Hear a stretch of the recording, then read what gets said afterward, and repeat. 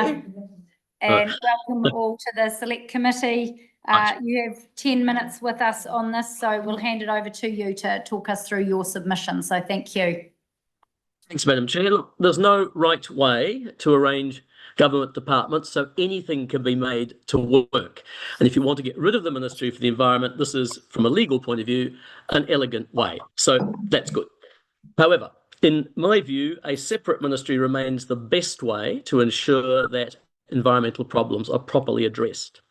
Unlike domains such as transport, housing or infrastructure, where there are numerous private and public owners, operators and interest groups, the environment doesn't have anyone that can claim to own it.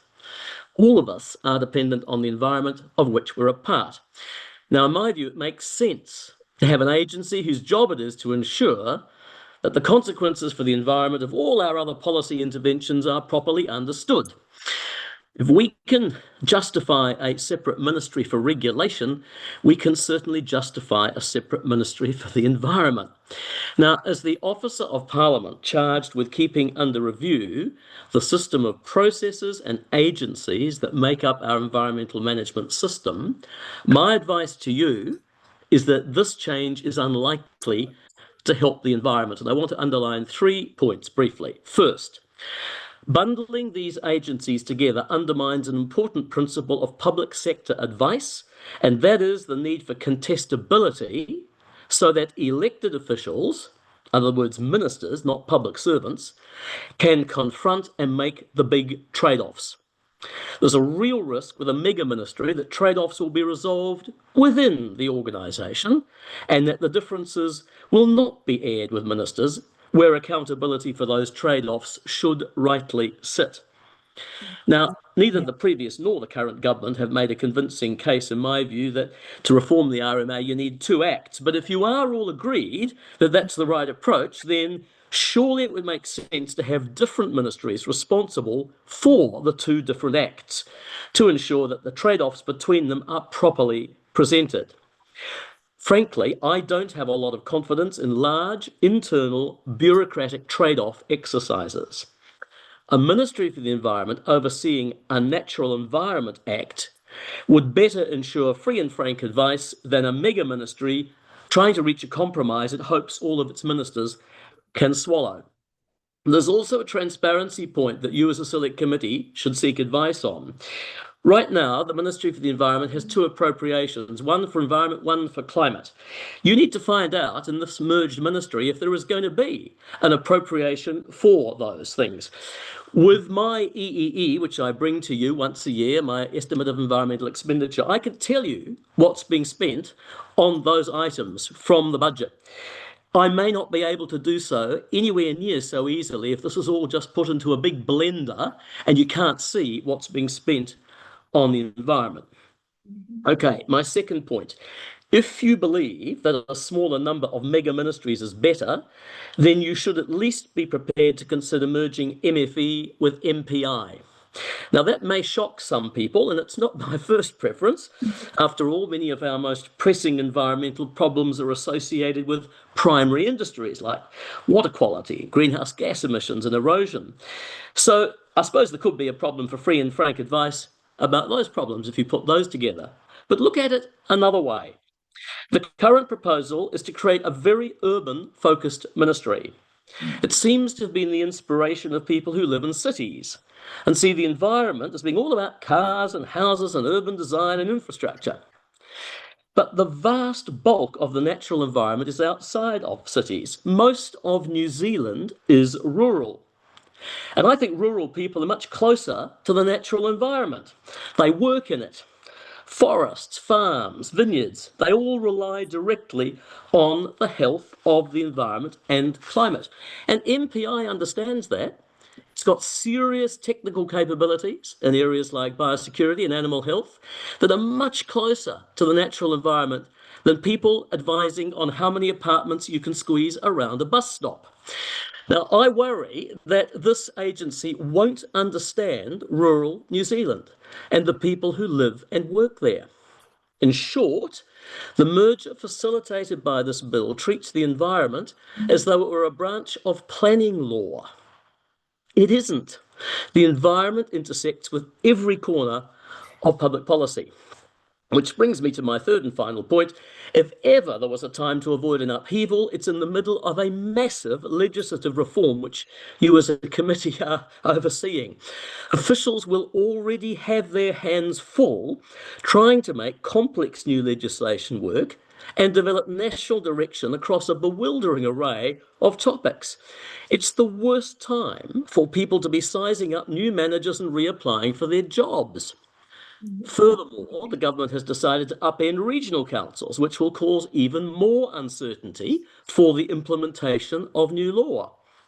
And as I've said in respect of that reform, form should follow function. The same applies here. If there's a need to tinker with the departmental Lego set, it should happen after new functions have been determined and legislated for. So there you are. That is my frank advice to you on this initiative. Well, thank you, Simon, for that very passionate submission. Look, you've opened up a flurry of questions around the table here. So look, we will start with Rachel. Well, we know that we can always rely on frank advice. Thank you. But I've just got one question to start with, and that is, you're talking about this contestability and ministers going head to head on issues, and the word trade-off is used a lot, and I know it's one I use a lot as well. But can you give us some examples of the type of trade-offs that you are imagining there? It's an unlimited number, and I'm sure you can imagine them, but you take transport, for instance, you've got climate consequences, you've got congestion consequences, you've got economic consequences, you've got social consequences, what's public, what's private. Or you take, water. You need water for irrigation, you need water for drinking, you need water to protect the ecology. These are all complicated issues where different parts of our society, whether we're urban dwellers or rural, whether we're after water for industry or we're trying to protect, a local park or whatever, we've all got claims on this thing called the environment. And the environment hasn't got anyone who can say, well, actually, I own the environment and I can give you my view. You need a ministry, or if you're going to have this mega one, you need a very clearly defined entity that can provide specific advice on the environment. And if I just underline this point again, if you can't even tell how much money you're spending on that in a blurred ministry, I think you should be concerned. Thank you. And Francisco. Thank you, Chair. Would you agree with the advice that the government has gotten around this, that given the proposed agency would be development oriented, there's a particular risk of environment functions and perspectives being lost? And if you agree with that, how would you recommend they mitigate that? Inevitably, there will be that tension brought in-house. That tension exists, I remind you, right now around the cabinet table where ministers are discussing things. As I've just said, what you're doing by pulling this all together is that you make the tensions and the trade-offs less transparent. There isn't an agency which can give clear advice just from an environmental point of view. We all accept there have to be trade-offs, and we all accept that the development will involve trade-offs. We need to know what they are. It needs to come from an agency that can provide that clearly and transparently. I think it's easiest done if you have a separate ministry for the environment. Thank you. Thank you, Simon. Look, we'll go to Grant now. Yeah, g'day, Simon. You highlight for example, will the new ministry, the super ministry, understand rural New Zealand? Okay, if we end up, if that's where we end up with the new ministry, which is where we're heading, what advice could you give to help prevent that happening? Any thoughts in that space? I don't have advice for that because I think you make it very difficult for yourselves. You will have an entity which is heavily focused on the spatial planning side of things and the urban side. Now, look, that is important. You've heard me be critical of two acts, but one good thing about spatial planning is that we can bring stuff together. The problem is that you have put that in an agency alongside the entity which is looking after the environment and a lot of that rural stuff, you've put that all together. So it's hard to see why the weight of stuff won't go in that direction. This is just a straight contestability issue. And I wasn't being facetious when I said, why not look at MPI, MFE? I mean, I can understand the case for wanting fewer ministries, I mean, fewer chief executive salaries, I suppose, few other things. But, rural New Zealand is living face to face with all of those challenges around water, biodiversity, and so on and so forth. And I'm very impressed by MPI in many ways. I think it's an agency with serious technical skill. Whatever technical skill exists inside this ministry won't be technical skill around the natural environment in the way that an agency like MPI can bring to the table. So I think, but again, if you're going to go down this road, I think it's very important that you can see transparently what the appropriation is for environment and also for climate, by the way. So you know what's being spent, and you can drill this major domo who's going to be running it all, the chief executive. You can drill that person on, okay, how are you mobilising the resources we're giving you for the environment? If that's all lost in a single appropriation, I think your job gets even harder as a select committee. I might just jump in there, Simon, because you talked about departmental Lego set. I mean, I suppose the point of this is to bring everything together in one so that there's less duplication, it's more streamlined, it's a bit more efficiency. So I'm hearing from you that you're not necessarily opposed to the kind of mergers into one to create more efficiency, but just not with transport, housing and environment. That's not where you think it should sit. Am I correct in saying that? Absolutely. As I said right at the beginning, there's no right way to arrange government departments. But I mean, you could ask the question, why isn't LINZ part of this merger? I mean, this Land Information New Zealand, spatial planning, information, this is all logically connected. I think it's the wrong way to think about it. How could we arrange the Lego? I'd look at form and function. What are you trying to achieve? Yeah. What the government's currently trying to achieve through spatial planning is integrating some very important functions. And I think that this ministry could do that well.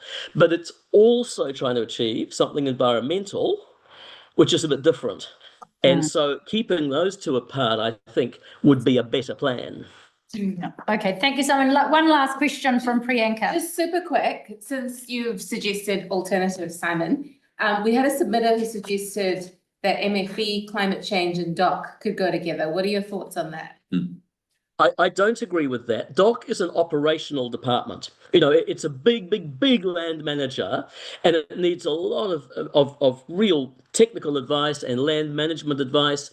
They're looking after tracks, they're looking after tourism concessions, all of that stuff. It is a real operational department. What we're talking about here are policy departments.